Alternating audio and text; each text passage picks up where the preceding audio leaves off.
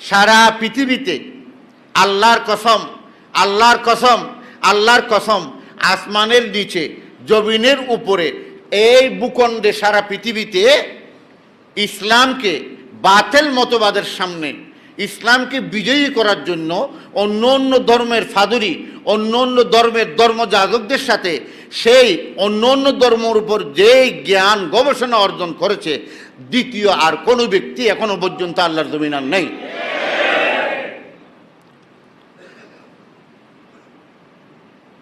আর নেই। আমাদের জেলা পরিষদের সম্মানিত চেয়ারম্যান সালাম সাহেব একদিন আমাকে একটা কথা বলেন, তার সাথে আমার বন্ধুত্ব আছে, নাম বলবো না। সেই একজন বাংলাদেশের চট্টগ্রামের বড় আলেমের সাথে কথা বলছে, সেও আবার ভালো লোক, এদিকে তার আকীদা ভালো।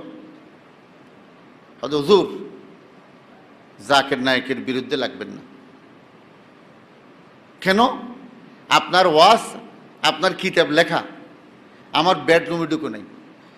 জাকির নায়েক আমার বেডরুমে ঢুকে আমার বউকে নামাজি বানিয়েছে, যেটা আমি পারি নাই। আমি শত চেষ্টা করি, আমার বিবির মাথায় কাপড় উঠাতে পারে নাই। জাকির নায়েক আমার বেডরুমে ঢুকে আমার বিবির মাথায় কাপড় তুলে দিয়েছে।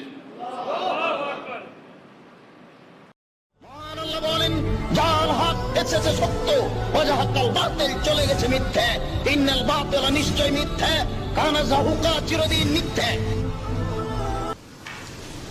ভারতবর্ষে একমাত্র ব্যক্তি খ্রিস্টানদের সামনে চ্যালেঞ্জ করেছেন প্রথম ডক্টর জাকির নায়েক। কে?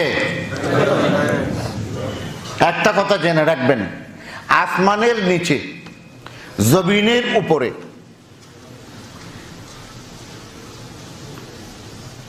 আদিয়ানে বাতেলা, বাতেল ধর্মাবলী যত আছে, বাতেল ধর্মর যত বই কিতাব আছে, এগুলিকে গবেষণা করে ইসলামকে অন্য অন্য ধর্মের উপর বিজয়ী করে বর্তমান এই সমাজে যিনি উপস্থাপন করছেন, তার নাম হচ্ছেন ডক্টর জাকির নায়েক। তার বিরুদ্ধে এই দেখেন মাদ্রাসার আলেমরা, মুহাদ্দিসরা উঠে পড়ে লাগছে। কেন? তার কারণটা কি? আমরা ডক্টর জাকির নায়েককে মুহাদ্দিস মানি না, জাকির নায়েককে মসজিদের ইমাম হিসেবে গ্রহণ করি না, মুফতি হিসেবে গ্রহণ করি না, কিন্তু আল্লাহর জমিনে ইসলাম যে সবচেয়ে আল্লাহর মনোনীত ধর্ম, অন্য অন্য ধর্মের ফাদুরিদের সামনে, অন্য অন্য ধর্মের ডক্টরিয়েটদের সামনে সেই ইসলামকে মোকাবেলা করে কোরআন দিয়ে কথাই বুঝাচ্ছেন ইসলামই একমাত্র ধর্ম। এই বিষয়ের উপর সারা বিশ্বে সবচেয়ে বড় যোগ্যতা সম্পন্ন ব্যক্তি। হিংসা। আপনাদেরকে আরেকটা কথা বলছিলাম ভাই,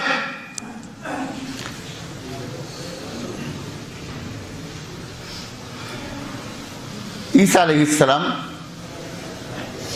বাড়ি থেকে বের হয়েছেন, শয়তান বাজারে যাচ্ছেন,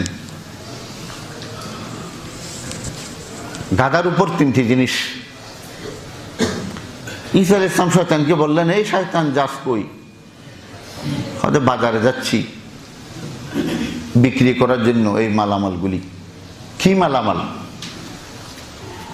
হয়তো একটা হচ্ছে জুলম, আরেকটা হচ্ছে হাসদ,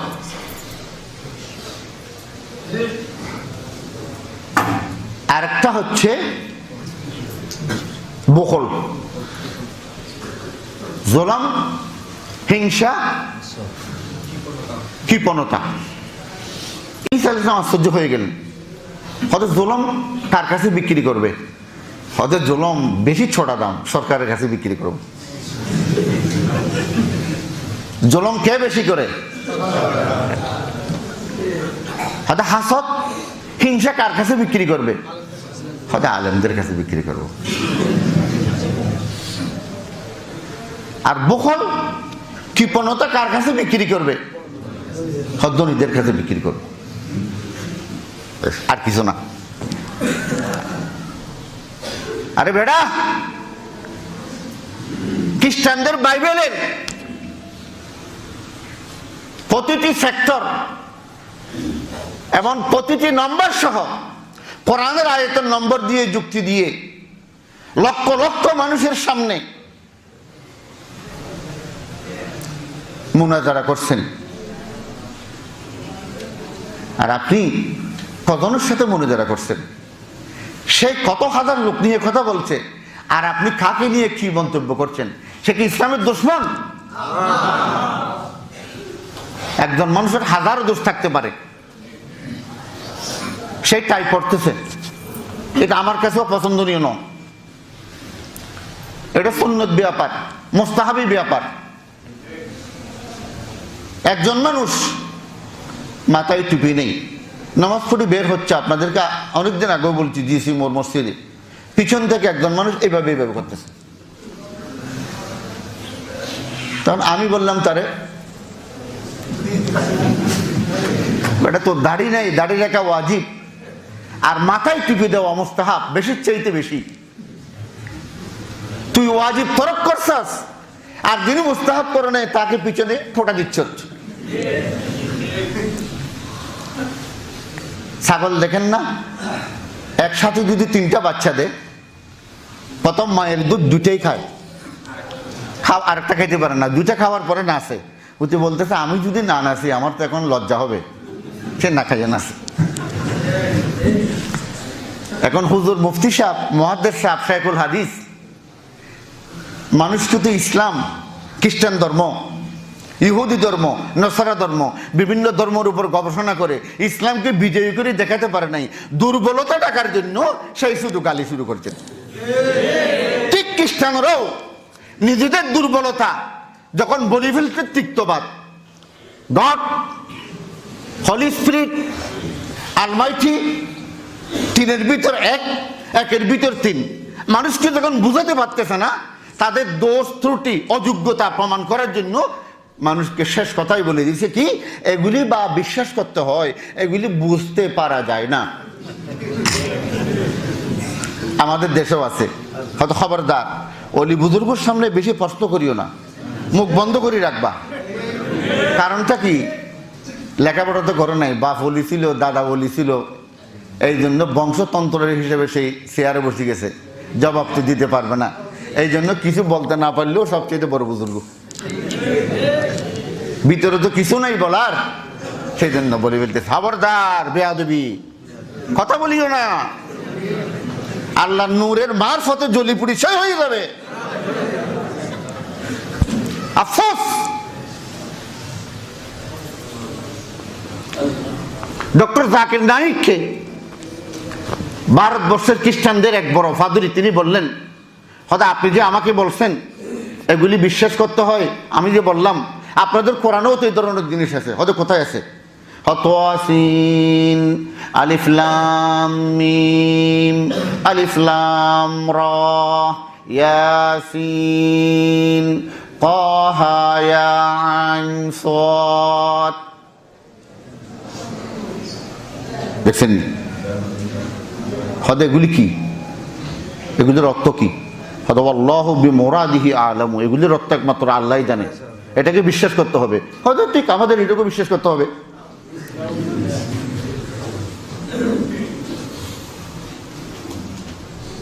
ডক্টর জাকির নাইক কি জবাব দিছি দেখেন, তোমরা যদি আলিফ লাম মিম অর্থ না জেনে বিশ্বাস করতে পারো, তাদের ফাদুলি বলতেছে, তাহলে 1-এর ভিতর 3, 3-এর ভিতর 1 এটাও না জেনে বিশ্বাস করতে হবে। ডক্টর জাকির নাইক বলেন, এতে অনেক মুসলমান বিভ্রান্ত হতে পারে, মনে রাখতে হবে তাসিন আলিফ লাম রা আলিফ লাম মিম এগুলির অর্থ জানা মৌলিক কোনো আকীদা বিশ্বাস নয়, এগুলির অর্থ জানা মৌলিক কোনো আকীদা, প্রতিটি আকীদা যৌক্তিক, বৈজ্ঞানিক, প্রতিটি আকীদার পিছনে রয়েছে অসংখ্য যুক্তি এবং প্রমাণ আছে। এই জন্য খ্রিস্টানদের প্রথম আকীদাকে বোঝানোর জন্য আলিফ লাম দিয়ে উদাহরণ দিলে এই উদাহরণ যথাযথ হতে পারে না, এটি একটি চাপাবাজি ও ভাবতাবাজি। এরপরে কি কথা বলছে দেখেন, আশ্চর্য, হয়তো আলিফ লাম মিম তো আকীদা বিশ্বাসের বিষয় নয়, আল্লাহ পাক আলিফ লাম বলে ইঙ্গিত করেছেন, আলিফ লাম মিম, এই অক্ষরগুলো তোমরা সকলেই জানো, কিন্তু এর অর্থ তোমরা জানো না, তোমাদের জ্ঞান সীমিত। এই কথা বোঝানোর জন্য আল্লাহ পাক কোরআনের বিভিন্ন সূরা শুরু করেছেন।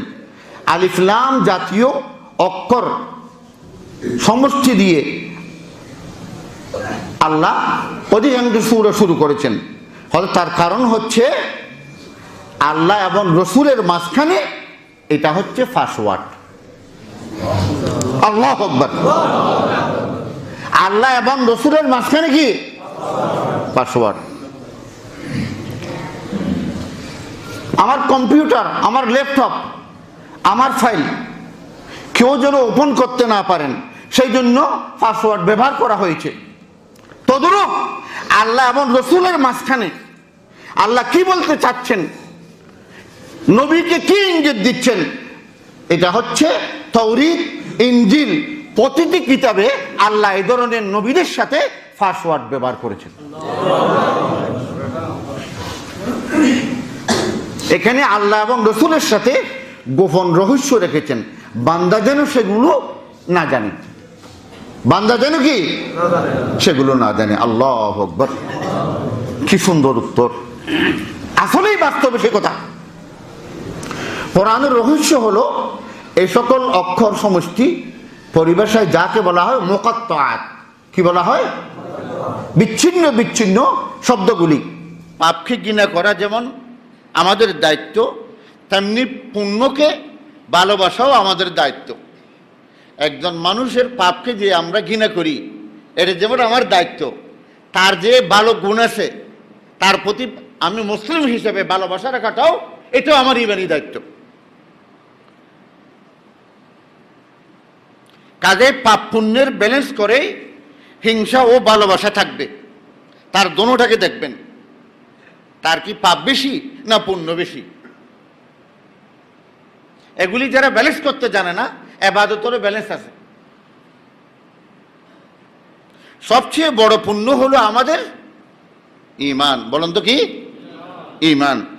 যতক্ষণ কোনো মানুষকে সুনিশ্চিতভাবে কসম করে কাফের বলে দাবি করতে না পারবো, ততক্ষণ তাকে ভালোবাসা দেওয়া এবং তার প্রতি ভালোবাসা রাখা আমাদের জন্য ফরজ।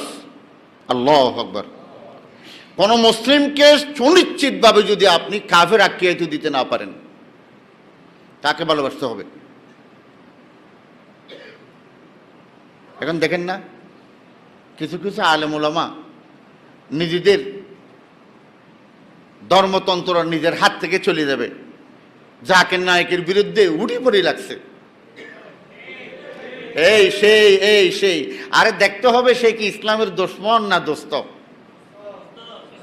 সারা পৃথিবীতে আল্লাহর কসম, আল্লাহর কসম, আল্লাহর কসম, আসমানের নিচে জমিনের উপরে এই ভূখণ্ডে সারা পৃথিবীতে ইসলামকে বাতিল মতবাদের সামনে ইসলামকে বিজয়ী করার জন্য অন্য অন্য ধর্মের ফাদুরি, অন্য অন্য ধর্মের ধর্মযাজকদের সাথে সেই অন্য অন্য ধর্মের উপর যেই জ্ঞান গবেষণা অর্জন করেছে, দ্বিতীয় আর কোনো ব্যক্তি এখনো পর্যন্ত আল্লাহর জমিন আর নেই।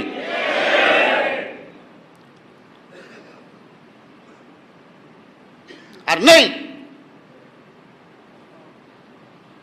আমাদের জেলা পরিষদের সম্মানিত চেয়ারম্যান সালাম সাহেব একদিন আমাকে একটা কথা বলেন, তার সাথে আমার বন্ধুত্ব আছে, নাম বলবো না। সেই একজন বাংলাদেশের চট্টগ্রামের বড় আলেমের সাথে কথা বলছে, সেও আবার ভালো লোক, এদিকে তার আকীদা ভালো। হুজুর, জাকির নায়েকের বিরুদ্ধে লাগবেন না। কেন? আপনার ওয়াজ, আপনার কিতাব লেখা আমার বেডরুমে ঢুকে নেই। জাকির নায়েক আমার বেডরুমে ঢুকে আমার বউকে নামাজি বানিয়েছে, যেটা আমি পারি নাই।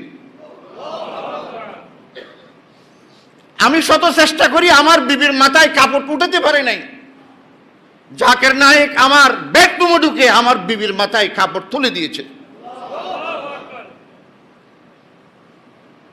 কি হায় হায়,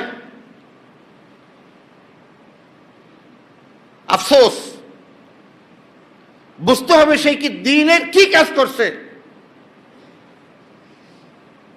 আর আমি কি করছি? 4 বছর আগে সিলেট শহরে আমি এক ওয়াজে গেছি।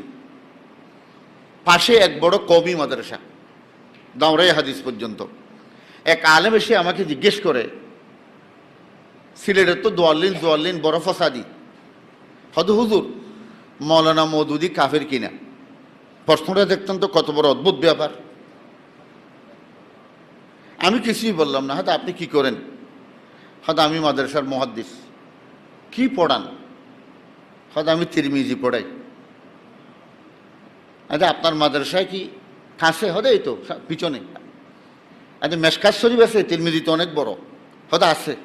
আচ্ছা, মেশকাত শরীফটা আনেন তো। সে নিয়ে আসলো।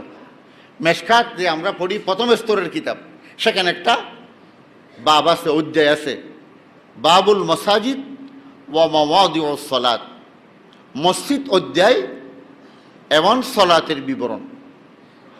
সেখানে একটা হাদিস আছে মাঝখানে। আমি কিতাবটা খুলে হাদিসের কিতাবটা তাকে দিলাম, আসলে মুহাদ্দিস কিনা, পড়তে জানে কিনা। না, দেখলাম হাদিসটি ব্যাকরণগতভাবে সহিহ শুদ্ধভাবে বলেছে। বলার পর হয় তর্জমা করেন, তখন তর্জমাটা না করে উঠে চলে গেছে।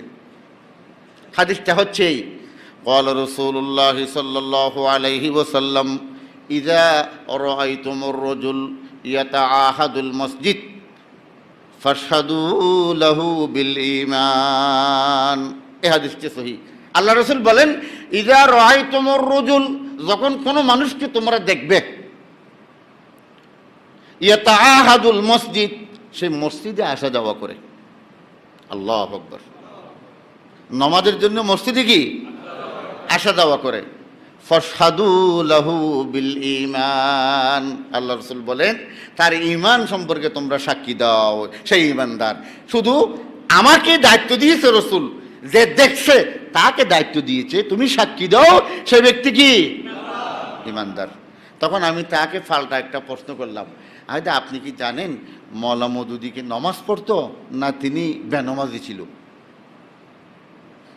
পৃথিবীর যারা বিরুদ্ধে, তার বিরুদ্ধে কিতাব লেখছে, অন্য কারণে লেখছে, কেউ একথা বলে নাই মওলানা মওদুদি নামাজ পড়ে নাই, বেনামাজি। এই কথা বলি কেউ কিতাব লেখে নাই। সেই তো বুঝে ফেলছে আমার প্রশ্নের মারফেস, সোজাসুজি অর্থ না করে চলে গেছে। আরে মিয়া, আকিদা বলেন, মনের হক কথাগুলি কোথায় বলবো?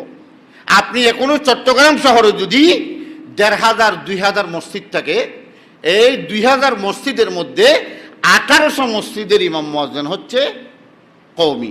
যেমন আমরাও কওমি মাদ্রাসায় পড়ছি, আমি ফটিয়ার ছাত্র, সরকারিতে পরীক্ষা দিয়েছি। কারণ কওমি মাদ্রাসায় না পড়লে কেরাত সহিহ শুদ্ধ হয় না। সরকারি মাদ্রাসার আলেমরা কেরাত শুদ্ধভাবে পড়তে পারে না। এই জন্য বিভিন্ন সরকারি মাদ্রাসায় কওমি মাদ্রাসার কারি রেখে ছেলেদেরকে কেরাত শিক্ষা দেয়। তো এখনো চট্টগ্রাম শহরে শতকরা ৯০টি মসজিদে কওমি মাদ্রাসার ইমাম, কওমি মাদ্রাসার কি মুয়াজ্জিন সাহেব, কিন্তু গৌসিয়ত তারা পড়তেছে, কিয়ামও তারা করতেছে। এমনি জিজ্ঞেস করলে বলবে কিয়াম বেদাত, ফজর কারণে কিয়ামও করে, গৌসিয়ত দত পড়ে। আকিদা এক জিনিস, হয়তো মসজিদে আমল এক জিনিস। সব বন্ড বাটফারি, যত রকমের শয়তানি খুরাফাত, খোদার গজব মসজিদে ঢুকে গেছে। আকিদের বেলায় বলে আমরা এই দেওবন্দি আকিদা, দেওবন্দের আকিদার মধ্যে কি বিলাত কিয়াম আছে নাকি? দেওবন্দের আকিদার মধ্যে কি মানুষ মারা গেলে তার পাশে কোরআন শরীফ পড়া আছে কিনা? সবাই গিয়ে পড়তেছে না? এ দেখবেন, আমার কথাগুলি আপনারা বিচরণ করে দেখবেন। পয়সা খাওয়ানোর বেলায় মজাহাব একটা, যেখান থেকে পয়সা আসুক আমার ফকরে ঢুকুক, এটার কোনো মজাব নেই। ডাক্তার জাকির নায়েক একজন দায়ী, আমরা তার পক্ষে বিপক্ষে উভয় ক্ষেত্রে হয়তো সীমা লঙ্ঘন করে ফেলি। সত্যের আগমন হলে মিথ্যা বিলুপ্ত হয়ে যায়, কারণ মিথ্যা তো বিলুপ্ত হবারই জন্য। ও আখির দাওয়ানা আলহামদুলিল্লাহি রাব্বিল আলামিন।